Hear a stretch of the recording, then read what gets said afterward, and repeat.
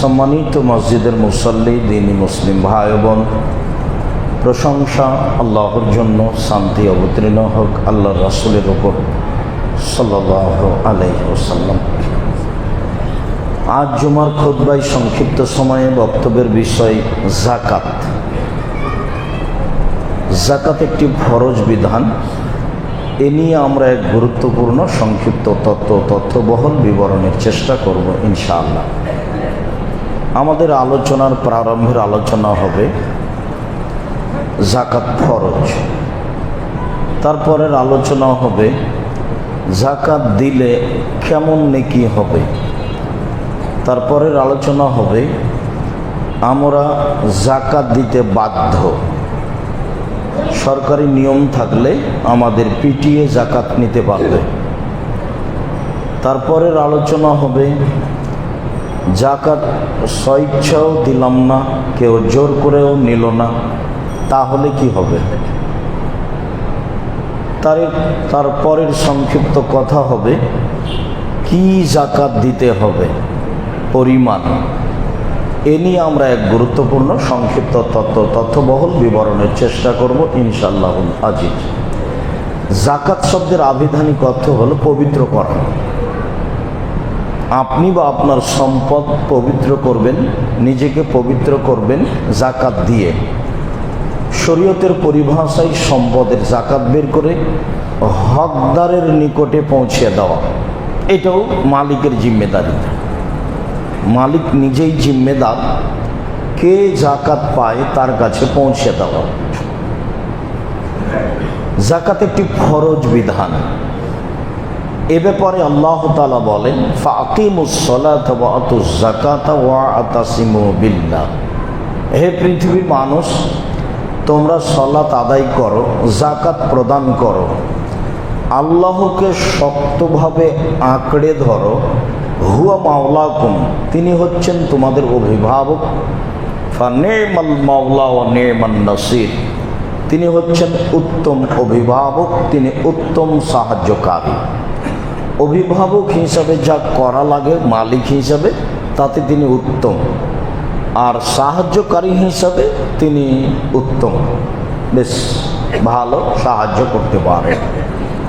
অত্র আয়াতে আল্লাহ তাআলা মানুষকে সালাত আদায়ের জন্য আদেশ করেছেন আর যাকাত প্রদানের জন্য আদেশ করেছেন। আল্লাহ তাআলা অন্যত্রে বলেন আকিমুস সালাতা ওয়া আতুজ যাকাতা, তোমরা সালাত আদায় করো, যাকাত প্রদান করো। ওমা কাদ্দিমু লিআনফুসিকুম মিন খাইরিল্লাহ তাজিদুহু ইনদাল্লাহ, মিন খাইরিন তাজিদুহু ইনদাল্লাহ। পৃথিবীর মানুষ, তোমরা সালাত আদায় করো, যাকাত প্রদান করো, আর নিজের জন্য অগ্রিম পাথেও পাঠিয়ে দাও, যা তোমরা আল্লাহর নিকটে পেয়ে যাবা। কিছু দান খায়রাত করো, যাকাত প্রদান করো, যা তোমরা আল্লাহর নিকটে পেয়ে যাবা। এইটাও অর্থ সম্পদ। এ আদেশ আল্লাহ তাআলা করেন। আল্লাহ তাআলা বলেন খুয মিন আমওয়ালিহিম সাদাকাতান তুতাহিরুহুম ওয়া তুযাক্কিহিম বিহা। মুহাম্মদ সাল্লাল্লাহু আলাইহি সাল্লাম, আপনি মানুষের অর্থ সম্পদ হতে যাকাত বের করুন, যাকাত বের করে তাদের পবিত্র করুন এবং তাদের সম্পদকে পবিত্র করুন। যাকাত না দেওয়া হলে সম্পদ অপবিত্র থাকে, অর্থাৎ সেই খাদ্য খেয়ে ইবাদত করলে ইবাদত কবুল হবে না, সিয়াম রোজা কবুল হবে না, সালাত কবুল হবে না। অত্র আয়াতে আল্লাহ তাআলা শেষের অংশে বলেন সাল্লি আলাইহিম, মুহাম্মদ সাল্লাল্লাহু আলাইহি সাল্লাম, ওরা যাকাত দিলে আপনি তাদের জন্য একটু দোয়া করবেন। ইন্না সালাতাকা সাকানুল লাহুম, আপনার দোয়া তাদের জন্য নিরাপত্তার মাধ্যম। আপনি একটু দোয়া করে দিলে তারা নিরাপদে থাকবে আর তাদের অর্থ সম্পদ নিরাপদে থাকবে। যাদের হাতে যাকাত হস্তান্তর করা হবে তার জন্য জরুরি জিম্মেদারি একটু দোয়া করা যাকাত দাতার জন্য। দোয়া করলে ব্যক্তিও নিরাপদে থাকবে, সম্পদও নিরাপদে থাকবে। এ কথা আল্লাহ তাআলা বলেন। আল্লাহ তাআলা বলেন, অফি আমওয়ালিহিম হাক্কুম মালুম লিসাইল ওয়াল মাহরুম। পৃথিবীর মানুষ মনে রেখো, তোমাদের সম্পদে নিঃস্ব মানুষের হক অধিকার রয়েছে। যাকাতের হকদার যিনি, তিনি হলেন আপনার সম্পদের অধিকারী ও মালিক। আপনি যদি হকদারকে যাকাত না দেন, তাহলে আপনি হকদারের হককে মেরে খেলেন। মানে আপনি ফকির মিসকিনের টাকা মেরে খেলাম। বা এদেশের কওমি বেসরকারি মাদ্রাসার টাকা মেরে খেলাম, যা অনেক সময় দায়িত্বশীলেরা মেরে খায়। হয়তো বা মাদ্রাসার প্রিন্সিপাল বা সভাপতি বা কোনো মাওলানা টাকা মাদ্রাসার আয় করলো, উপার্জন করলো, তারপর খেয়ে ফেললো, তো 10-এর পয়সা খেয়ে ফেললো, মানে অসহায় মানুষের পয়সা খেয়ে ফেললো। তো আপনি যখন যাকাত দিলেন না, তখন আপনি অসহায় ফকির মিসকিনের টাকা খেয়ে ফেললেন, হক নষ্ট করে দিলেন। উপার্জন করেছি আমি, আবার হক নষ্ট করলাম আমি, এই কথা আল্লাহ তাআলা বলেন। আমার আর আপনার কিছু করার নেই। আল্লাহ তাআলা বলছেন যে তোমার সম্পদে নিঃস্ব মানুষের অধিকার রয়েছে, সেটা তুমি দিয়ে দিবা হিসাব করে।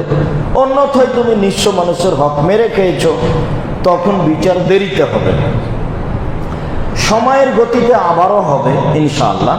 এখন আপাতত মনে রাখবেন যে যাকাত না দেওয়া অপরাধের একটা অপরাধ হলো হক নষ্ট করা, যার বিচার পরে হবে। বিচারের মাঠে যারা হক নষ্ট করে তাদের বিচার পরে হবে। যারা এক জমি 10 বার 5 বার 2 বার বিক্রি করে তাদের বিচার পরে হবে। যারা মানুষের প্রতি জুলুম অত্যাচার করে তাদের বিচার পরে হবে। যারা মানুষের অর্থ সম্পদ লুটপাট করে জোর করে ভক্ষণ করে তাদের বিচার দেরিতে হবে। কতদিন দেরিতে হবে আল্লাহ ভালো জানে। যদি একদিন দেরি হয় তাহলে 50,000 বছর, আর যদি 3 দিন দেরি হয় তাহলে 1,500 বছর। অথচ বিচারের সময়কে আল্লাহ নবী উল্লেখ করেছেন 1 ওয়াক্ত ফরজ সালাত আদায়ের সমান। তো আমরা ধরে নিই 3 থেকে 5 মিনিট বা 7 মিনিট। একটা মানুষের বিচারের সময়সীমা 3 থেকে 5 মিনিট থেকে 7 মিনিট, একটা ফরজ সালাত আদায় করার সময়। অথচ আল্লাহ নবী এখন বলছেন, আল্লাহ তাআলা বলছেন যে ওর বিচার দেরিতে হবে, যেহেতু হক মেরে খেয়েছে ফকির মিসকিনের। পরবর্তীতে কথা পরে হবে ইনশাআল্লাহ। আল্লাহ তাআলা বলেন, ওয়াতু হাক্কাহু ইয়াওমা হাসাদিহি। যেদিন শস্য কেটে আনছো সেদিন শস্যের ওসর বের করে দাও। শস্য যতবার উৎপাদন হবে ততবার ওসর, যতবার উৎপাদন হবে ততবার ওসর পরিমাণে পৌঁছবে। আর শস্য ব্যতীত বাকি সম্পদ 1 বছর, বাকি সম্পদ 1 বছর, বাকি সম্পদ 1 বছর। আর শস্য যতবার উৎপাদন হবে। অত্র আয়াতে আল্লাহ তাআলা শস্য উৎপাদনকারীকে আদেশ করেন যে যখন তুমি শস্য কেটে আনবা তখন হিসাব করে ওষুধ দিয়ে দিবা। এটা আল্লাহর আদেশ। চলেন দেখি মুহাম্মদ সাল্লাল্লাহু আলাইহি ওয়াসাল্লাম কি বলেন। আব্দুল্লাহ ইবনে উমর রাদিয়াল্লাহু তাআলা আনহু বলেন, রাসূল সাল্লাল্লাহু আলাইহি ওয়াসাল্লাম বলেছেন, বনিয়াল ইসলাম আলা খামসিন। ইসলামের ভিত্তি হলো 5টা, যার উপরে ইসলাম নির্ভর করে। ভিত্তি একটা ঘর যার উপরে নির্ভর করে, তো ইসলামের ভিত্তি আছে 5টা, এটা নির্ভর করে 5টার উপরে। 1, শাহাদাতে আল্লাহ ইলাহা ইল্লাল্লাহ ওয়া আন্না মুহাম্মাদুর রাসূলুল্লাহ। আমি এই বলে সাক্ষ্য দিব যে আল্লাহ ছাড়া কোনো মাবুদ নাই, এই বলে সাক্ষ্য দিব যে মুহাম্মদ আল্লাহর রাসূল। আমি এই বলে সাক্ষ্য দিব যে আল্লাহ ছাড়া কোনো মাবুদ নেই, এই কথার অর্থ হলো শিরক করা যাবে না। তো যেহেতু আমরা এটা বুঝি না, কাজে আমাদের জন্য শিরক করা সহজ। তারপরে আমি সাক্ষ্য দিচ্ছি মোহাম্মদ আল্লাহর রাসূল। মোহাম্মদ আল্লাহ রাসূল আমি সাক্ষ্য দিচ্ছি, এর মানে হলো এই যে ইবাদত করা হবে না, তবে যেটুকু রাসূলের পক্ষ থেকে আছে এইটুকু। যেমন ধরি যে যেমন বেরায়েতের মসজিদগুলোতে এই 15 তারিখ থেকে ফিতরা আদায় শুরু হয়ে যায়, এটা কি রাসূলের পদ্ধতি? আমি সাক্ষ্য দিচ্ছি মোহাম্মদ আল্লাহর রাসূল। তো যদি আমি 15 তারিখ থেকে ফিতরা দেওয়া শুরু করি, তখন কি আমার সাক্ষী টিকলো? ওটা তো শুরুর টাইম হলো 28 তারিখ, নিতান্ত আগে বাড়লে 28 তারিখ, 28 তারিখে দেওয়া যায়। আর বুখারী মুসলিমের একাধিক হাদিস ঈদের দিন সকালে দিয়ে মসজিদ ঈদের মাঠে যেতে হবে, এটা একাধিক বুখারী মুসলিমের হাদিস। এখন আপনাদের চলে, কেন যে চলে তা আমাদের জানা নাই, আমি জানি না কেন চলে, কিভাবে চলে, কার সাহসে চলে, এটা আমার জানা নাই। তবে আপনি ভুল সিদ্ধান্ত আছেন, এটা চূড়ান্ত। আপনি মনে করবেন না যে আমি আপনার খুতবা দিতে এসেছি, আপনার খাতিব হিসেবে এসেছি। এই হিসাব আমার জীবনে আমি কোনোদিন করিনি, ওর আমি হিসাবই করি না। আমি হয় দিনের স্বার্থে এসেছি, আর না হয় জামিয়া সালাফের স্বার্থে এসেছি। এইটা হতে পারে আমার ব্যক্তিগত স্বার্থ, এটা আমার প্রয়োজন নাই। আমি অনেক উপরে আছি আলহামদুলিল্লাহ। আমার আব্বার জমি জায়গা চাষ করে খেলে আমার আরো কয়েক পিঢ়ি যাবে আলহামদুলিল্লাহ। তো কেন যে চলে আপনাদের তা আমার জানা নাই। এই যে আপনার বিতর সালাতে চলছে দোয়া, তো চলছে, কান্নাকাটি করে দোয়া করতে হবে, তো এইটা কি চলবে? আমি সাক্ষ্য দিচ্ছি মোহাম্মদ আল্লাহর রাসূল, এই কথা বলার পরে কি ওটা চলবে? না, যেইটুকু দোয়া আসে নবীর মুখের সেইটুকু চলবে। ভুল হিসাব, সিদ্ধান্ত ভুল, ফিরে আসতে হবে। রাসূল সাল্লাল্লাহু আলাইহি ওয়াসাল্লাম যা বলেছেন সেটাই করতে হবে। ইমামকে বলতে হবে, এই ছেলে 24 ঘন্টার মধ্যে শোনাবে হাদিস। আল্লাহ রাসূল কোনোতে ভিতরে কি দোয়া করতেন এর চুল কমাবেশ হবে না। সেই দিন আপনি বুঝবেন আমি সাক্ষ্য দিচ্ছি মোহাম্মদ আল্লাহ রাসূল। এমনি দিন কাটে, নিজে খাই, নিজে করি, নিজের মতো চলি, ধর্ম আবার কি? সম্মানিত দিনী ভাই বোন, বলছিলাম এরপরে সালাত আদায় করলো, এরপরে রমজান মাসে সিয়াম পালন করলো, যাকাত প্রদান করলো। এই হলো ভিত্তি। যাকাত একটা ইসলামের ভিত্তি, দিতেই হবে।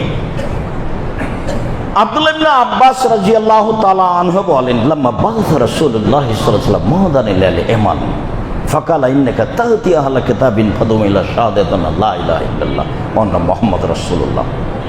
আব্দুল্লাহ ইবনে আব্বাস বলেন, যখন আল্লাহর নবী মুআয ইবনে জাবালকে ইয়ামানে পাঠালেন, তখন বলছেন, মুআয ইবনে জাবাল ইন্নাকা তা'তি আহলা কিতাবিন, তুমি যাচ্ছ ইহুদি খ্রিস্টানের নিকট দাওয়াত দিতে। মুআয ইবনে জাবাল, তুমি যাচ্ছ ইহুদি খ্রিস্টানের নিকটে দাওয়াত দিতে। ফাদুম ইলা শাহাদাতিন লা ইলাহা ইল্লাল্লাহ ওয়া আন্না মুহাম্মাদুর রাসূলুল্লাহ, তোমার প্রথম বাক্য হবে, জনগণ বলবে আমি সাক্ষ্য দিচ্ছি আল্লাহ ছাড়া কোনো মাবুদ নেই, আমি সাক্ষ্য দিচ্ছি মোহাম্মদ আল্লাহর রাসূল। এইটা হবে তোমার প্রথম কাজ।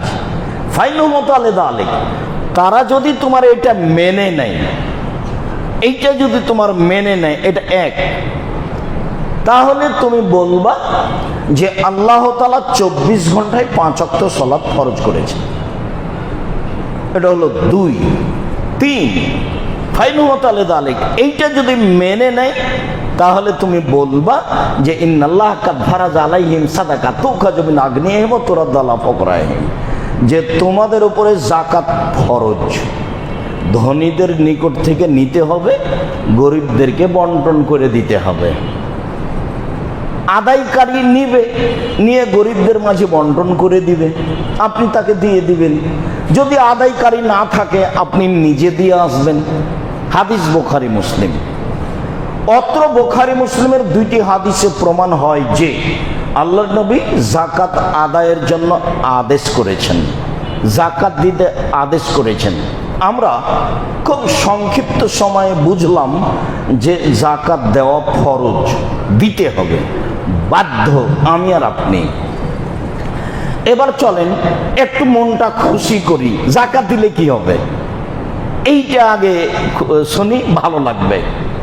মহান আল্লাহ বলেন, ইন্নাল্লাযীনা আমানু ওয়া আমিলুস সালিহাত ওয়া আকামুস সালাতা ওয়া আতাউজ যাকাতা, নিশ্চয় যারা ঈমান আনলো, সৎ আমল করলো, সালাত আদায় করলো, যাকাত প্রদান করলো, লাহুম আজরুহুম ইনদা রাব্বিহিম, তাদের প্রতিদান রয়েছে তাদের প্রতিপালকের নিকটে, তাদের প্রতিদান রয়েছে তাদের প্রতিপালকের নিকটে।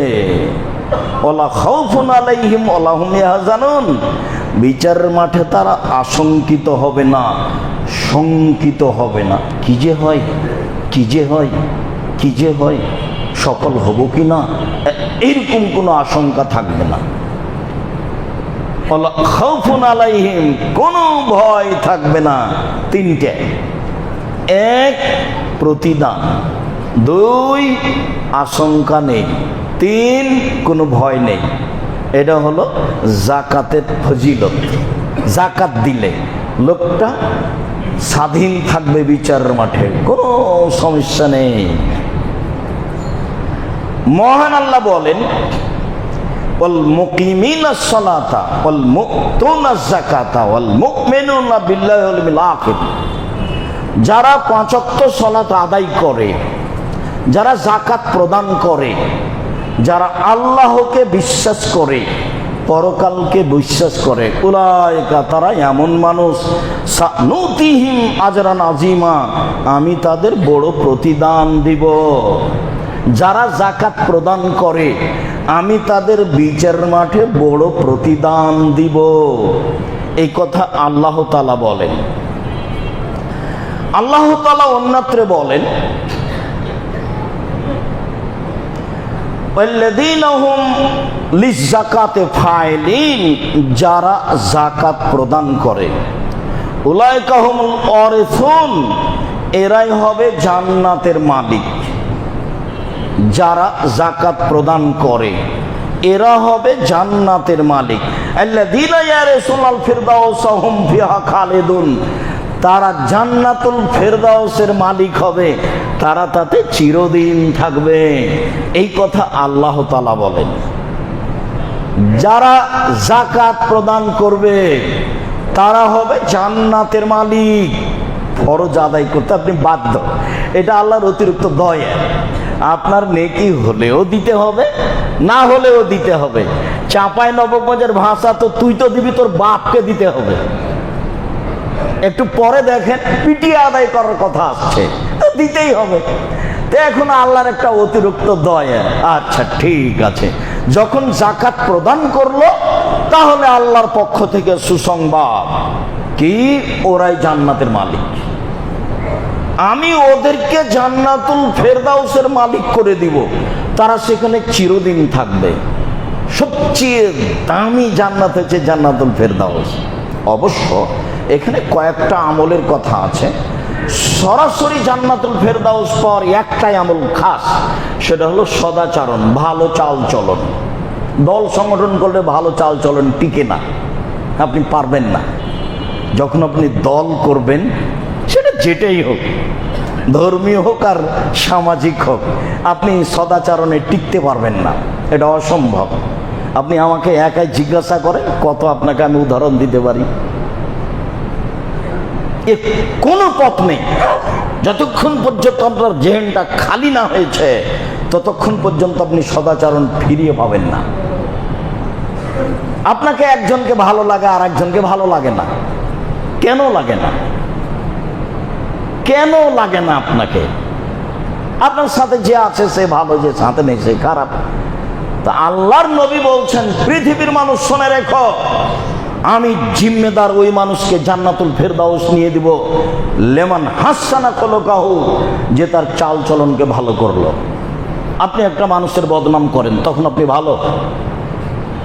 আপনি একটা মানুষের বিরুদ্ধে লড়েন, তখন আপনি ভালো।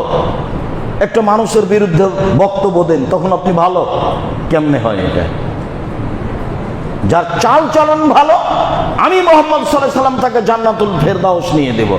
সম্মানিত দ্বীনি ভাই বোন, বলছিলাম যাকাতের ফজিলত। চলেন দেখি রাসূল সাল্লাল্লাহু আলাইহি সাল্লাম কি বলেন। আবু হুরায়রা রাদিয়াল্লাহু তাআলা আনহু বলেন, যা আরাবিয়ুন ইলান নবী সাল্লাল্লাহু আলাইহি ওয়াসাল্লাম,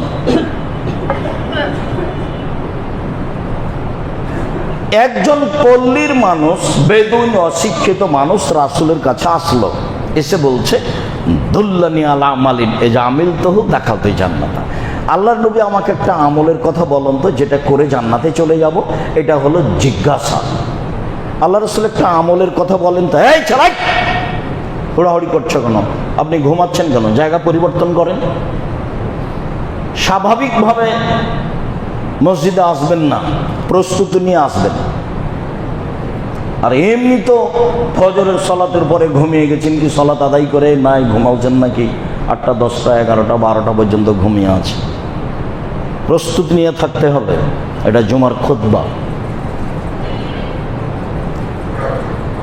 পল্লীর মানুষ এসে বলছে, একটা আমলের কথা বলেন যাতে আমি জান্নাতে চলে যাব। তখন আল্লাহ রাসূল শুরু করলেন, 1, আল্লাহর ইবাদত করো, শিরক করো না। 2, সালাত আদায় করো। 3, যাকাত প্রদান করো। 4, রমজান মাসে সিয়াম পালন করো। এই পর্যন্ত বলতেই লোকটা এখন বলছে, ওয়াল্লাহি ওয়াল্লাযী নাফসি বিয়াদিহি, আমি সাধারণ অশিক্ষিত মানুষ, আল্লাহর কসম করে বলছি, আল্লাহর নবী যা বললেন তার বিন্দুমাত্র কম করব না, বিন্দুমাত্র বেশিও করব না। আমি গ্রামের মানুষ, আল্লাহর কসম করে বলছি, আল্লাহর নবী যা বললেন আমি তার বিন্দুমাত্র কমও করব না, তার বেশিও করব না। সুম্মা আল্লাহ। এরপর লোকটি চলে যাচ্ছে, এই স্বীকৃতি দিয়ে চলে যাচ্ছে। তখন আল্লাহ রাসূল বলছেন, শোনো, মান সাররাহু ইয়ানজুরা ইলা রাজুলিন মিন আহলিল জান্নাহ ফালিয়ানজুর হালা। শোনো, কেউ যদি জান্নাতি দেখতে চায়, এই লোকটাকে দেখো, দেখো এ হলো জান্নাতি, এ দেখো এই লোক জান্নাতি। এখানে একটা আছে যাকাত। আল্লাহ রাসূল বললেন যে তোমরা জান্নাতি মানুষকে দেখতে চাও, এ দেখো। ও কিন্তু এখনো আমল করেনি, ও তো চালুই করেনি আমল। আল্লাহ রাসূল এভাবে বলছেন, মানে তার দৃঢ়তা, আল্লাহর কসম যা বলেছেন তার সরিষা সম পরিমাণ কমও করব না, বেশিও করব না। সে দৃঢ় চেতার মানুষ, একবারে দৃঢ়তা প্রকাশ করেছে, ওরা আমলই করেনি। আল্লাহ রাসূল বলছেন, দেখো দেখো দেখো, কেউ যদি জান্নাতি দেখতে চাও, এই লোকটা জান্নাতি। হাদিস তো বুখারী মুসলিম। এ হলো যাকাতের ফল।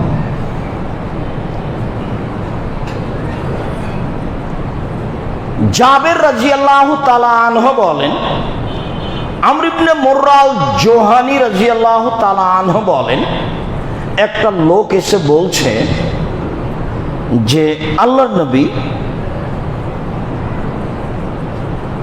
ইন্নী আশহাদু আল্লা ইলাহা ইল্লাল্লাহ ওয়া আন্নাকা মুহাম্মাদুর রাসূলুল্লাহ, আমি সাক্ষ্য দিচ্ছি আল্লাহ ছাড়া কোনো মাবুদ নাই, আমি সাক্ষ্য দিচ্ছি আপনি আল্লাহর রাসূল, মুখের উপরে, রাসূলের মুখের উপরে। তারপরে বলছে, ওয়া সাল্লাতুল সালাওয়াতাল খামস, আমি 5 ওয়াক্ত সালাত আদায় করি। তারপরে বলছে, ওয়া সুমতু রমাজান ও কুমতুহু, আমি রমাজানের সিয়াম পালন করি এবং তারাবি পড়ি। তারপরে বলছে যে ওয়া আতাইতু যাকাতা, আমি যাকাত দিই। এইবার আল্লাহ রাসূল বলছেন, শোনো, মান মাতা আলা হাযা কানা ইয়াউমাল কিয়ামা মিনাশ শুহাদা ওয়াস সিদ্দিকিন। এইরকম দৃঢ়তার সাথে কর্ম নিয়ে মারা যাবে যে সে বিচারের মাঠে শহীদ সিদ্দিকদের সাথে থাকবে। যারা শহীদ, যারা খুব উপর পর্যায়ের মানুষ, নবীর পরপরই যারা খুব মান সম্মানে হাই পর্যায়ের মানুষ বিচারের মাঠে, তারা হলো শহীদ। আমি আর আপনি শহীদ বললে তো হবে না। যারা শহীদ তাদের মান অনেক বেশি। তো আল্লাহ রাসূল বললেন যে যারা 5 ওয়াক্ত সালাত আদায় করে, সিয়াম পালন করে, যাকাত প্রদান করে, এরা বিচারের মাঠে শহীদদের সাথে থাকবে। এই কথা মুহাম্মদ সাল্লাল্লাহু আলাইহি সাল্লাম বলেন, এটা আমার কথা নয়। জাবের রাদিয়াল্লাহু তাআলা আনহু বলেন, রাসূল সাল্লাল্লাহু আলাইহি সাল্লাম একদিন আল্লাহ রাসূলকে জিজ্ঞাসা করলেন যে আরাইতা ইন আদ্দার রাজুলু যাকাতা মালিহি, আল্লাহ নবী, মানুষ যদি তার সম্পদের যাকাত বের করে তাহলে কি হবে? আল্লাহ রাসূল বলেন, তো মানুষ যদি তার সম্পদের যাকাত হিসাব করে বের করে তাহলে কি হবে? তখন আল্লাহ রাসূল বলছেন, মানাদ্দা যাকাতা মালিহি ফাআযহাবাল্লাহু শাররাহু আনহু, কে যদি যাকাত সম্পদ থেকে হিসাব করে বের করে তার সম্পদ চিরদিন নিরাপদে থাকবে। ওই সম্পদ নিয়ে জাহাজ পানিতে ডুবে যাবে না, ওই সম্পদ আপনার দোকান পুড়ে নষ্ট হবে না, ওটার উপরে কোনো বিপদ আসবে না। এ কথা আমি বলিনি, এ কথা মুহাম্মদ সাল্লাল্লাহু আলাইহি সাল্লাম বলেছেন। তিনি বলেছেন যে সম্পদের যাকাত দিবে তার সম্পদে কোনো বালা মুসিবত আসবে না, এই কথা মুহাম্মদ সাল্লাল্লাহু আলাইহি সাল্লাম বলেন। যদি কথা মনে না থাকে তাহলে যন্ত্রপাতি সামনে আছে, আবারও চালু করে বুঝবো।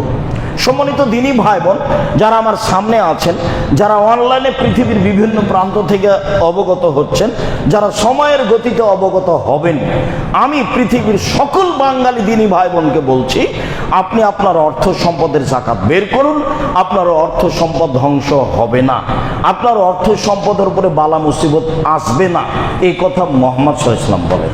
আর আল্লাহ বলে আপনি জান্নাতের মালিক, আপনি জান্নাতুল ফেরদাউসের মালিক, আপনি সেখানে চিরদিন থাকবেন, এ কথা আল্লাহ তাআলা বলেন। সম্মানিত দিনী ভাই বোন, অবশ্যই আপনি যাকাতে হিসাব করে বের করবেন। উমামা বাহিলি রাদিয়াল্লাহু তাআলা আনহু বলেন, রাসূল সাল্লাল্লাহু আলাইহি সাল্লাম বলেছেন যে সাল্লু খামসাকুম, 5 ওয়াক্ত সালাত আদায় করো, অসুমু শাহরাকুম, রমজান মাসের সিয়াম পালন করো, ও আদা যাকাত আমওয়ালিকুম, সম্পদের যাকাত দিয়ে দাও, ও আতিজা আমরিকুম, সমাজের দায়িত্বশীল যারা হুঁশিয়ার, সমাজের নেতা দায়িত্বশীল যারা, তাদের মেনে চলো, তাদখুলু জান্নাতা রাব্বিকুম, সহসাই তোমাদের প্রতিপালকের জান্নাতে চলে যাবা। 1 5 ওয়াক্ত সালাত, 2 রমজান মাসের সিয়াম, 3 যাকাত প্রদান, 4 মানুষকে মেনে চলা, মানুষকে উপেক্ষা করে চলতে হবে না। জান্নাত পাওয়ার এটা একটা বড় মাধ্যম, তাহলে আপনি আপনার প্রতিপালকের জান্নাতে সহজেই চলে যাবেন।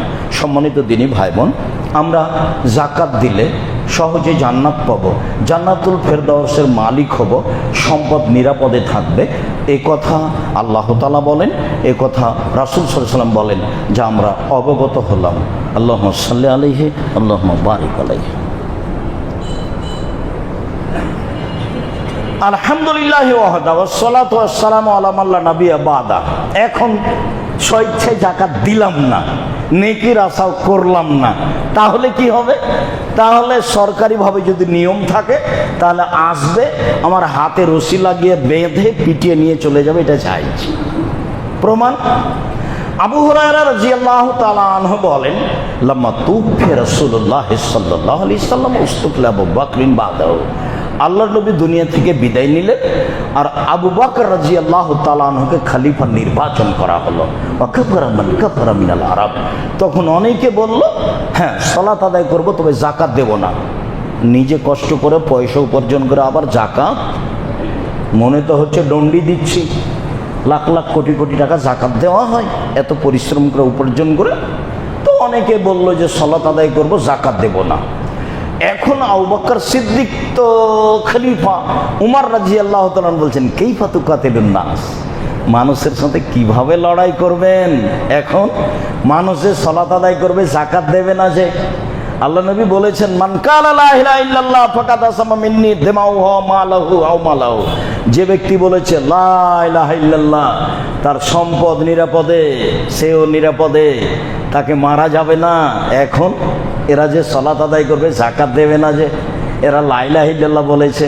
এইবার আবু বকর সিদ্দিক বলছেন, এই এখন যেটুকু বলতে যাচ্ছি এটুকু ইতিহাসে আছে, মধ্যে একটা বাক্য, আনতা জাব্বার ফিল মুশরিক ওয়া খাওয়ার ফিল ইসলাম।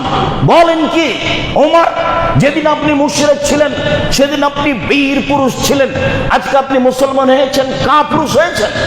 কাপুরুষ ভাষা ব্যবহার করছেন আবু বকর সিদ্দিক উমরের জন্য, অর্ধ পৃথিবীর খলিফা, কুশাগর বুদ্ধিজীবী রাজনীতিবিদ ওমর, যার কথা শুনলে মানুষের অন্তর কাঁপে, যার রাস্তা ছেড়ে দিত শয়তান,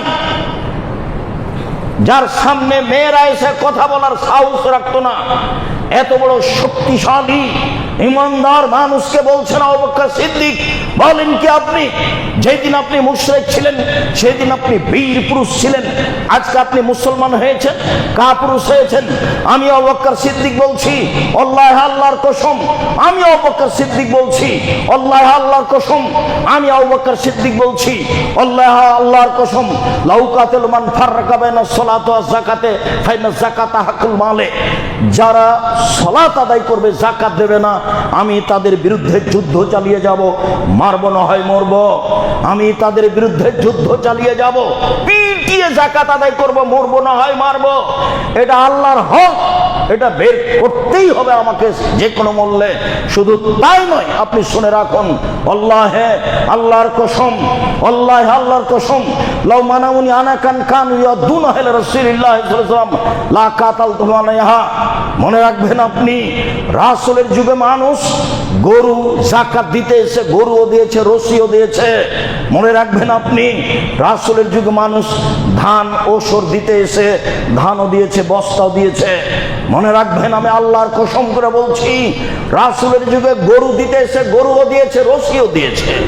রাসূলের যুগে ধান ওসর দিতে এসে ধানও দিয়েছে, বস্তাও দিয়েছে। আমি আবু বকর সিদ্দিক বলছি, আজ যদি গরু দেয় রশি না দেয়, আজ যদি গরু দেয় রশি না দেয়, ধান দেয় বস্তা না দেয়, তাহলে আমি তার সাথে যুদ্ধ চালিয়ে যাব, পিটিয়ে বস্তা আদায় করব, রশি আদায় করব। কেন? এটা রাসূলের যুগে ছিল, এইটাই করব যে কোনো মূল্যে। রশি তো ফরজ নয়, বস্তা তো ফরজ নয়। তার মানে উনি মুহাম্মদ সাল্লাল্লাহু আলাইহি সাল্লামের নীতির উপরে টিকে থাকতে অটল, যে কোনো মূল্যে। আরে ছাড়েন, গরু রাখেন, ধান রাখেন, এইখানে আসেন বস্তা আর রশি। রাসূলের যুগে যে নিয়ম ছিল সেটাও হবে যে কোনো মূল্যে। কিভাবে করা লাগে সেটা আমি দেখছি, কিন্তু বুঝলাম হাদিস তো বুখারী মুসলিম। সম্মানিত দিনী ভাই বোন, তো জোর করেও কি নইল না, তাহলে কি হবে? আল্লাহ তাআলা বলছেন, ওয়াল্লাযীনা ইয়াকনিযুনা আয-যাহাবা ওয়াল ফিদ্দা ওয়া লা ইউনফিকুনাহা ফী সাবিলিল্লাহ ফাবাশশিরহুম বিআযাবিন আলীম। যারা অর্থ সম্পদ সঞ্চয় করে রাখে, স্বর্ণ চাঁদি টাকা পয়সা সম্পদ, তার যাকাত বের করে না, মুহাম্মদ সাল্লাল্লাহু আলাইহি ওয়াসাল্লাম আপনি তাদের সুসংবাদ দিয়ে দেন, তাদের জন্য রয়েছে কষ্টদায়ক শাস্তি, তাদের জন্য রয়েছে বড় শাস্তি। এটা আল্লাহ ঘোষণা দিলেন। বড় শাস্তিটা কি? এবার আল্লাহ বলছেন, ইয়াউমা ইউহমা আলাইহা ফি নারি জাহান্নামা ফাতুকওয়া বিহা জিবাহুম ওয়া জুনুবুহুম ওয়া জুহুরুহুম। তার অর্থ সম্পদকে বিচার মাঠে লাঠি তৈরি করে জাহান্নামের আগুনে গরম করে তার কপালে, তার পার্শ্বদেশে, তার পিঠে দাগ দেওয়া হবে। ফাযুকু মা কুনতুম তাকনিজুন, এনেও না যে সম্পদ সঞ্চয় করে রেখেছিলে, যাকাত দেওনি, তা কেমন লাগে একটু বুঝো, একটু স্বাদটা নেও না, কেমন লাগে একটু দেখো। ফেরেশতারা এরকম করবেন কেন? অপমান করার জন্য। জাহান্নামে তো যাবে, তো লাঠি দিলেই তো হলো, লাঠি দেওয়া দাগ দেবে, ও তো জাহান্নামের আগুনে গরম করা আছে, কপালে, পার্শ্ব, পিঠে, তো এইভাবে ছেঁক দিলেই তো হলো। তো এইভাবে বলবেন কেন? একটু কেমন লাগে দেখো না, একটু কেমন লাগে দেখো না, একটু নিজের সঞ্চিত সম্পদ কেমন লাগে একটু দেখো। এইটা কেন? এটা অপমান করার জন্য। চলেন দেখেন আবার বুখারী মুসলিমের হাদিস। আবু হুরায়রা রাদিয়াল্লাহু তাআলা আনহু বলেন, রাসূল সাল্লাল্লাহু আলাইহি সাল্লাম বলেছেন, মানাতাহুল্লাহু মালান ফালাম ইয়াদ যাকাতাহু মুসাল্লাল্লাহু মাল ইয়াউমাল কিয়ামাহ সোজা আকরা। যারা অর্থ সম্পদের যাকাত দেবে না, তাদের অর্থ সম্পদকে বিচারের মাঠে সাপ তৈরি করা হবে, বিষাক্ত সাপ, মাথায় লোম থাকবে না, টাক পড়ে থাকবে, চোখের ওপরে আরো দুইটা কালো দাগ থাকবে। এটা হলো ভয়ঙ্কর, ভয়ঙ্কর ভয়াবহ সাপ। ইতম কওয়ালা, ওনাকেই তার গলায় পেঁচিয়ে দেওয়া হবে। সাপ তো দেখলেই মানুষ পালায়, এই বিষাক্ত সাপ তার গলায় পেঁচিয়ে দেওয়া হবে এবং বিষাক্ত সাপ গলায় পেঁচানো অবস্থায় তার মুখের দুই দিকে ছোবল মারবে আর বলবে, আনা মালক, আমি তোমার সম্পদ, আনা কাঞ্জক, আমি তোমার সঞ্চিত সম্পদ যার জাকাত দেওয়া হয়নি। এবার কেমন হলো? সম্পদকে সাপ তৈরি করা হবে বিষাক্ত, সম্পদই বলবে। ছেলে মেয়ের পাল্লাতে পড়ে, বইয়ের পাল্লাতে পড়ে এরকম করবেন না, কিছু খুব সাবধান। একবারে কাঁটায় কাঁটায় 2 দিন বাঁচতে এসে পরকাল হারাতে রাজি নয়। এরকম জীবনের প্রয়োজন নেই। একটা সুন্দর জীবন গড়ে তোলার চেষ্টা করে, ছেলে মেয়ে আহাল পরিবার নিয়ে নিজেকে টিকানোর চেষ্টা করে। 5 ওয়াক্ত সালাত, হালাল রুজি, কোরআন তেলাওয়াত, আড্ডা পিটা হারাম। দোকানে বসতে পাবেন না। এই যে ঘন্টার ঘন্টা দোকানে বসে আছেন কেন? বিড়ি ছেলে নাচে, মোবাইলে, টিভিতে, ওখানে বসে থাকেন কেন? কোন শরমে থাকেন? একটু লজ্জা হয় না কেন? একটু শরম হয় না কেন? একটু হায়া হয় না কেন? একটু খারাপ লাগে না কেন? একটু ইতস্তবোধ হয় না কেন? ল্যাংটা মেয়ে নাচে, চক্ষু ঠান্ডা করেন, কলিজা ঠান্ডা করেন দেখে, এটা কোন স্বভাব? নিজেকে, আপনাকে যদি জিজ্ঞাসা করা হয় যে আপনি ভালো মানুষ, তাহলে আপনি কি বলবেন? আমি হ্যাঁ, তাই কি বলতে পারবেন? আপনি বলতে পারবেন এটা ভালো আচরণ? বাস। 5 ওয়াক্ত সালাত, হালাল রুজি, কোরআন তেলাওয়াত, আড্ডা পিটা হারাম, রাত 10টায় ঘুমিয়ে যাব। বাড়িতে কারফিউ জারি থাকবে প্রেসিডেন্ট আইয়ুবের, তার মানে 10টায় ঘুমিয়ে যেতে হবে। একরাহুল কালামা কাবাল বাদাল ইশায়ে, একরাহুল নামা কাবাল ইশায়ে। আল্লাহর নবী এশার সালাতের পরে কথা বলা ঘৃণা করতেন। আল্লাহর নবী এশার সালাতের পরে কথা বলা ঘৃণা করতেন। আল্লাহর নবী এশার সালাতের পরে ঘুমিয়ে যাওয়া ঘৃণা করতেন। দুটাই ঘৃণা। এইটা হলো আপনি পরিবারের মালিক, আপনি জিম্মেদার, আপনাকে কঠোর হতে হবে। এক, কে ছেলে মেয়ে রাত 10টায় ঘুমিয়ে যেতে হবে পড়াশোনা ব্যতীত, যে কোনো মূল্যে, যে কোনো মূল্যে ঘুমাতে হবে, যে কোনো মূল্যে। কেমন পিতা আল্লাহই ভালো জানে কি করেন আপনি। এইসব জবাব দিতে হবে। রাত 3টায় উঠে যাবেন। এই যে 10টায় ঘুম, 3টায় উঠলেন, কয় ঘন্টা ঘুম হলো? 5 ঘন্টা। 3টায় উঠে যান, 2 রাকাত সালাত আদায় করেন। আল্লাহকে কিছু বলেন। উনি আপনার কথা শোনার জন্য 7ম আকাশ থেকে 1ম আকাশে নেমে এসেছে, শুধু আপনার জন্য। আমি মনে হয় বুঝাতে পারলাম না। দিনী বোন, আপনি কি বুঝতে পারছেন? মহিলা মানুষ না এমনি আসেন আর যান মসজিদে, জুমা মসজিদে যাওয়া লাগে, পৈতৃক সম্পত্তি, এটা আমাদের এলাকার গ্রামের মসজিদ, তাই এসেছে। জি না, কথা শুনেন, এদিকে কথা শুনেন। প্রায় 10টায় ঘুমিয়ে যেতে হবে, আপনি মহিলা মানুষ। 3টায় উঠবেন।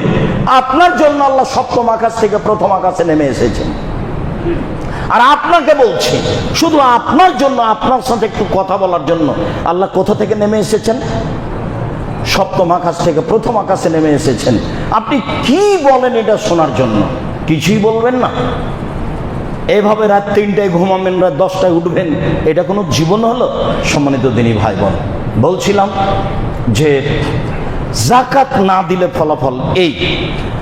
উমামা বাহেলি রাদিয়াল্লাহু তাআলা আনহু বলেন, মামিন রাজুলিন তাকুনুল্লাহু ইবলুন ওয়া বাকারাতুন গানাম লা ইউতি হাক্কাহা, যার গরু, পশু, উট আছে, গরু আছে, ছাগল আছে, যাকাত দিল না, ফাউতিয়ে বিহি ইয়াউমাল কিয়ামা, তাহলে বিচারের মাঠে উট, গরু, ছাগলকে নিয়ে আসা হবে।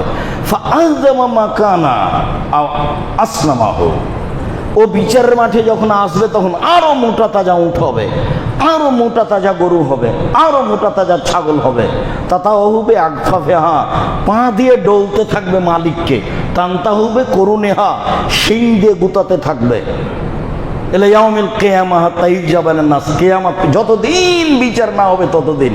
তো আপনি তো মানুষের হক মেরে খেয়েছেন, বিচার তো পরে হবে। যারা জমি জোর করে দখল করেছে তাদের তো বিচার পরে হবে। সন্ধ্যা হতে হতে জমি ফেরত দিতে হবে, সন্ধ্যা হতে হতে জমি ফেরত দিতে হবে। জোর করে ক্ষমতা দেখে 1 মিনিট বাঁচবেন না। দেশের নেত্রীকে দেখে হিসাব হয় না 45 মিনিট সময়? হিসাব তো হওয়া উচিত। ক্ষমতা থাকে না, সতর্ক হওয়া উচিত, শিক্ষা নেওয়া উচিত। ফেরাউন তো অনেকদিন আগের কথা, এখন তো ঘরের কথা। ফেরাউন তো অনেক আগের কথা। তাও তো ফেরাউন পানিতে ডুবলো, ভাসলো, একটু সময় পেয়েছিল। কতক্ষণ যে সময় পেল?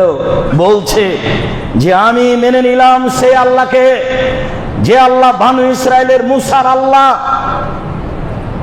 আমি একজন মুসলিম ঘোষণা দিচ্ছে ফেরাউন, ঘোষণা দিচ্ছে ফেরাউন মরার সমতে পানিতে, যে আমি সে আল্লাহকে মেনে নিলাম যেটা বনি ইসরাইলের আল্লাহ, যেটা মুসার আল্লাহ। আমি ফেরাউন ঘোষণা দিচ্ছি আমি মুসলিম, ঘোষণা দিচ্ছি আনা মিনাল মুসলিমিন। তখন আল্লাহ বলছেন ও এখন তারপরে যা আছে আছেই, শিক্ষা নিতে হবে। আমার আপনার জন্য এগুলো ঘটনা, আমাকে আপনাকে শিক্ষা নিতে হবে। সম্মানিত দিনী ভাই বোন, তো পশু প্রাণী এই আরেকটু এখনো কান জাহাদিকুম ইয়াউমাল কিয়ামা সোজা আকরা, বিচারের মাঠে এই বিষাক্ত প্রাণীগুলি, বিচারের মাঠে এই বিষাক্ত প্রাণীগুলি হবে, এই বিচারের মাঠে সম্পদগুলি হবে বিষাক্ত প্রাণী সাপ, বিচারের মাঠে সম্পদগুলি হবে বিষাক্ত প্রাণী সাপ। এফিরু মিনহু সাহেবহু, যখন সাপ তাকে ধ্বংসন করতে আসবে তখন মালিক পালাতে থাকবে, পালাতে থাকবে, পালাতে থাকবে। অনেকগুলো বহু সাপ পিছে পিছে দৌড়াবে, সাপ পিছে পিছে দৌড়াবে। আপনি জানেন মানুষের শেষ চেষ্টা কি? মানুষের শেষ চেষ্টা হাত দিয়ে নিজেকে বাঁচাতে থাকে। হঠাৎ করে দেখবেন যে হাত ভেঙে গেছে রিক্সার সাথে লেগে, ও বুঝতে পারেনি, তার মানে হাত দিয়ে নিজেকে বাঁচাচ্ছিল। গাড়ি এসে অ্যাক্সিডেন্ট হয়েছে, দেখবেন যে হাত ভেঙে গেছে। কিভাবে? মানে গাড়ির থেকে নিজেকে বাঁচাতে চাচ্ছিল, অথচ বাঁচাতে পারবে না গাড়ি থেকে, ভ্যান থেকে, মোটরসাইকেল থেকে, কিন্তু শেষ চেষ্টা কি করেছিল? হাত দিয়ে নিজেকে বাঁচাতে চেয়েছিল। আল্লাহ নবী বলছেন ও যখন আর দৌড়িয়ে সামলাতে পারবে না, সাপ যখন পাশে চলে এসেছে, তখন হাত দিয়ে ঘুরে উল্টে নিজেকে ঠেকাবে, এইভাবে হাত দিয়ে ঠেকাবে, ঠেকানোর সাথে সাথে হাত দুটি তো সাপের মুখে ঢুকে যাবে। আপনার সামনে অবস্থা নকল করলাম।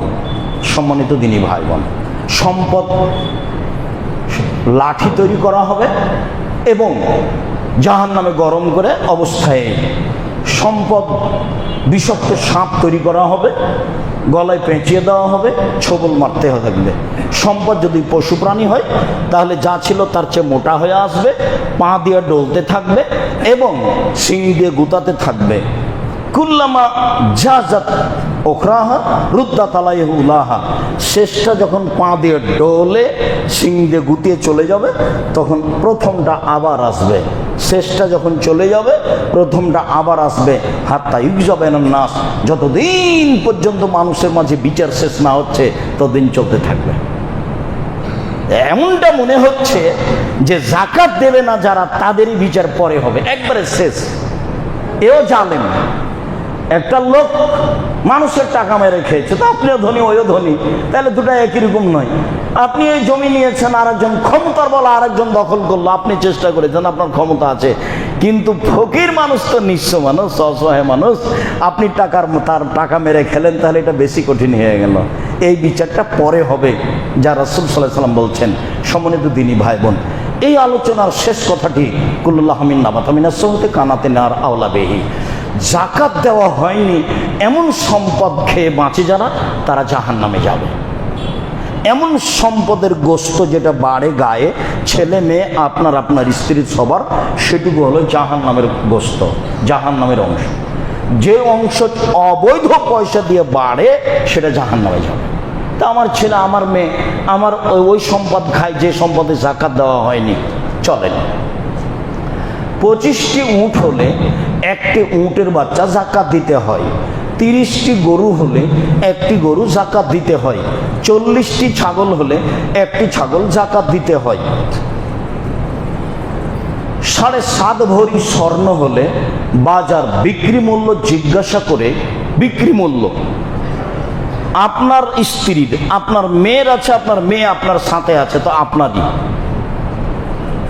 আপনার স্ত্রী আপনার মেয়ের সব মিলে যেটা ব্যবহার গায়ে গলায় হাতে আছে, সব মিলে যেটা জমা আছে, সব মিলে যদি 7.5 ভরি হয়, বাজারে জিজ্ঞাসা করতে হবে বিক্রি মূল্য কত, হিসাব করে শতকরা 2.5 টাকা যাকাত দিতে হবে, দিতেই হবে। 52.5 তোলা রূপা, 52.5 তোলা রূপা হলে বাজার মূল্য জিজ্ঞাসা করে শতকরা 2.5 টাকা যাকাত দিতে হবে। 52.5 তোলা রূপা, 52.5 তোলা রূপা হলে বাজার মূল্য জিজ্ঞাসা করে শতকরা 2.5 টাকা যাকাত দিতে হবে। পরের অংশ খুব জরুরি অংশ, ব্যবসামূলক যত জমি কিনা আছে আপনাদের, যে সময়ের গতিতে বিক্রি করে দেবো। আপনি ল্যান্ড ব্যবসায়ী, এখন বাজারে হিসাব করতে হবে এই জমির দাম কত, সব জমির দাম হিসাব করে স্বর্ণ হিসাবে আর না হলে রূপার হিসাবে শতকরা 2.5 টাকা যাকাত দিতে হবে। আবার বলি, যত সম্পদ আছে ব্যবসায়ী সম্পদ, এইটুকু কিনেছেন বাড়ি করার জন্য, এটা লাগবে না। আপনি ল্যান্ড ব্যবসায়ী, আপনি কিনে রেখেছেন, সময়ের গতিতে বিক্রি করবেন, এইটা আপনাকে ভালো করে মনে রাখতে হবে। আপনি শোরুম আছে গাড়ি, এখন আপনাকে যাকাত দিতে হবে। কতটি গাড়ি আছে? 5টা গাড়ি আছে, ব্যবহার করেন, তার যাকাত দিতে হবে। যদি আমি বুঝাতে না পারি তাহলে আবারও পরে বলবো। আপনি বাড়ির ফ্ল্যাট কিনে রেখেছেন, সময় বিক্রি করবেন, আপনি নিজে বসবাস করবেন, সেই জন্য 2টা ফ্ল্যাট কিনে রেখেছেন, এর যাকাত দিতে হবে। আপনি ফ্ল্যাটেরই ব্যবসা করেন, রিয়েল এস্টেট ব্যবসা আপনার, তাহলে আপনাকে এখন এর কত টাকা লাগতে পারে এই হিসাব করে স্বর্ণের হিসাবে, মানে প্রায় 3.5 লাখ টাকা, 7.5 ভরি স্বর্ণ বা তার চেয়ে বেশি, 7.5 ভরি স্বর্ণ বিক্রি মূল্য কত আছে, তো ওটা দেখে যদি টাকা আপনার অত হয়, শতকরা 2.5 টাকা যাকাত দেবেন। আর যদি রূপার হিসাবে আসেন ভালো হবে, ফকির মিসকিন একটু বেশি পাবে, সেইটা প্রায় 1.5 লাখ, 52.5 তলা রূপা। এখনই জিজ্ঞেস করবেন সন্ধ্যার সময়তে যে স্বর্ণকার, কাছা ভাই 52.5 তলা রূপার দাম কত? 75,000, 80,000, 1 লাখ।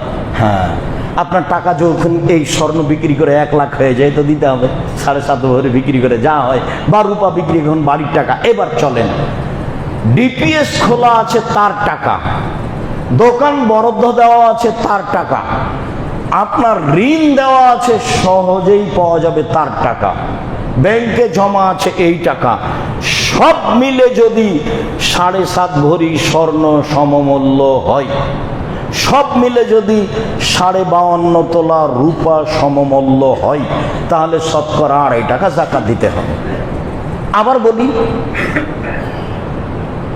ডিপিএস খোলা আছে, ব্যাংকে টাকা আছে, ঋণ দেওয়া আছে, পাওয়া যাবে, দোকান বরাদ্দ দেওয়া আছে, তো সব মিলে যোগ করেন। এখন দেখেন 52.5 তোলা রূপা সমান হয় নাকি, যদি হয় তাহলে শতকরা 2.5 টাকা যাকাত দিতে হবে। তবে যে টাকা আপনি ঋণ দিয়েছেন পাওয়া যাবে না, পাওয়া যাবে কি যাবে না সন্দেহ আছে, এটা হবে না। যারা কোটি কোটি টাকা লোন নিয়ে ব্যবসা করছে, তাদের সব টাকার যাকাত দিতে হবে।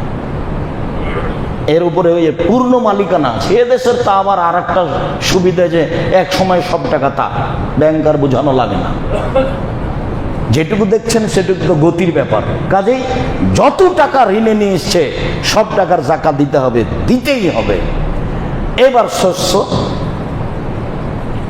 18 মণ 30 কেজি শস্য হলে, ধান বা গম বা যে কোনো শস্য, 18 মণ 30 কেজি শস্য হলে 20 ভাগের 1 ভাগ শস্য ওসর দিতে হবে। 18 মণ 30 কেজি শস্য হলে উপরে যত যাবে সব 20 ভাগের 1 ভাগ, 20 ভাগের 1 ভাগ, 20 ভাগের 1 ভাগ। 18 মণ 30 কেজি শস্য হলে 20 ভাগের 1 ভাগ শস্য ওসর দিতে হবে।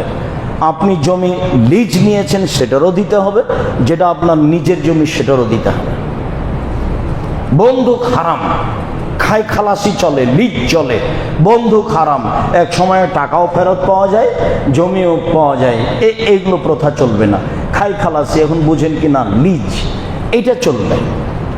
তো এর যেটা শস্য হয়েছে সেই শস্যর ওসর দিতে হবে। বেগুনের ওসর নেই, কলার ওসর নেই, আলুর ওসর নেই, সবজির ওসর নেই, এই দেশের ফলমূলের ওসর নেই। আছে আঙ্গুর, আছে খেজুর, এগুলো মূলত শস্য ওই দেশে, আর এগুলো থাকে অনেক দিন। সম্মানিত দিনী ভাই বোন, এবার আমরা আলোচনার শেষে চলে আসলাম। শেষে এসে বলছি, রমজান মাস একটু মূল্যায়ন করার চেষ্টা করেন। মূল্যায়ন করতে হলে কম খেতে হবে আর কম ঘুমাতে হবে, তাহলে কিছু মূল্যায়ন করা যাবে।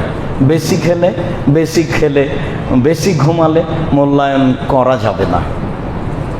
এরপরে রমজান মাসের 2টা কাজে সবসময় ব্যস্ত থাকতে হবে। দান যেভাবে সহজ, যেভাবে সম্ভব। ফকির মিসকিন যে চাইতে এসেছে, ফকিরকে যে চাই মিসকিনকে যে চাইতেও পারে না, সংসারও চলে না, ও আবার বাড়ির পাশে আছে, ওর সাথে আপনার আবার ঝগড়া, এরপরও দিতে হবে। মিসকিনকে যে বাড়ির পাশে আছে, চাইতেও পারে না, সংসারও চলে না, সেখানে দিবেন। ওসর জাকাত দেন, দান করেন। দান যেটা মসজিদ পারপাস, সেগুলো খুব উপর পর্যায়ে। মসজিদের টাকা দিয়ে মাদ্রাসা করা যায় না, মাদ্রাসার টাকা দিয়ে মসজিদ করা যায়, মানে মসজিদের টাকা নিচের দিকে নিয়ে যাওয়া যাবে না, এ খুব দামি। মসজিদের টাকা নিচের দিকে নিয়ে যাওয়া যাবে না, মসজিদের টাকা দিয়ে মসজিদ বানাতে হবে। এখানে জায়গা না থাকলে যাদের মসজিদ তৈরি হচ্ছে সেখানে দিতে হবে। যুগ যুগ ধরে, শতাব্দীর পর শতাব্দীর টাকা ধরে রাখতে হবে না। আপনার পরে আপনার ছেলে আসবে, সে কোটি টাকার মালিক হবে, যার জন্য এই মসজিদ তৈরি করা কোনো ব্যাপারই নয়। কাজেই আপনাকে এটা ধরে রাখতে হবে, এটার প্রয়োজন নেই। আপনার প্রয়োজন না থাকলে পাশের মসজিদে সেখানে দিয়ে দিবেন। মসজিদের টাকা মাদ্রাসায় নিয়ে যাওয়া যায় না, তাহলে এটা নিচে চলে গেল। ওটা হলো মসজিদের টাকা সবচেয়ে উপরে আছে, এইটা মসজিদেই খরচ করতে হবে। হ্যাঁ, মাদ্রাসার টাকা আপনারা আলোচনা করে মসজিদে নিয়ে আসতে পারেন। সম্মানিত দিনী ভাই বোন, আমি রমজানকে যথাযথভাবে মূল্যায়ন করার আন্তরিকভাবে অনুরোধ জানিয়ে, রমজান মাসকে মূল্যায়ন করো তো। কম ঘুম, কম খাওয়া, ইফতারি কম সাজানো, এটা আন্তরিকভাবে অনুরোধ জানিয়ে, জাকাতের প্রতি খুব শক্ত হওয়ার অনুরোধ জানিয়ে আপাতত আজকের মতো কথা এখানেই শেষ করলাম।